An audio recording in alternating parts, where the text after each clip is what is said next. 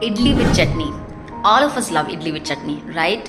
Now, chutney, usually the chutney is made up of what? It's made up of coconut, your green chilies, coriander, curry leaves, salt, a little bit of tamarind, chana dal. All these ingredients make the chutney. Why am I telling about the chutney ingredients? This is not a cooking channel. This is the InnerMBBS channel. So why am I telling about the ingredients of chutney? This is an example. Just get interested in this. So the ingredients of chutney, as I told you, coconut, chana dal, salt, tamarind, curry leaves, coriander, green chili.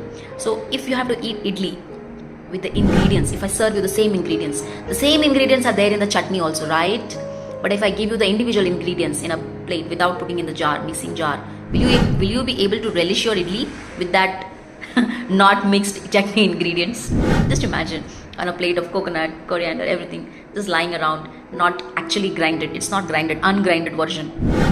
You can't have that. I mean, even though you'll chew and make chutney in your mouth, but that's not the way to eat. You won't relish the idli at all. But the ingredients are same.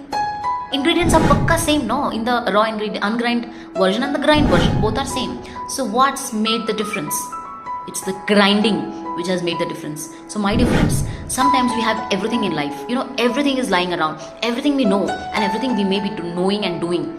But the alignment, the grinding, if it doesn't happen, you won't relish the chutney of life.